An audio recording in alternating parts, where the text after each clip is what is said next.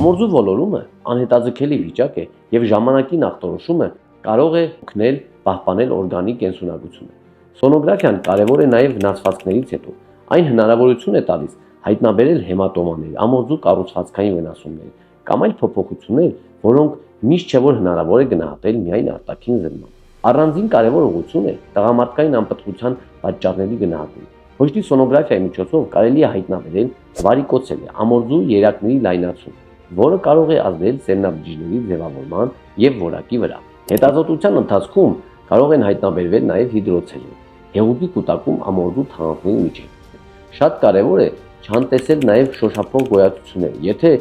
ամորձու շրջանում նկատում եք կարծրացում, անհարթություն, այտուց կամ չափերի փոփոխություն, անհրաժեշտ է դիմել բժշկի եւ կատարել սոնոգրաֆիկ հետազոտություն։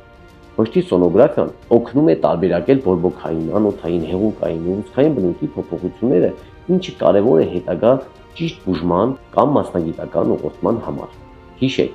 առողջության հետ կապված գանգատները պետք չէ հետաձգել կամ անտեսել։ Վաղ դիմելը եւ ժամանակին կատարած հետազոտությունը կարող են կանխել բարդությունները եւ ապահովել ավելի արդյունավետ բուժում։ Եղեք տեղեկացված, եղեք առողջ։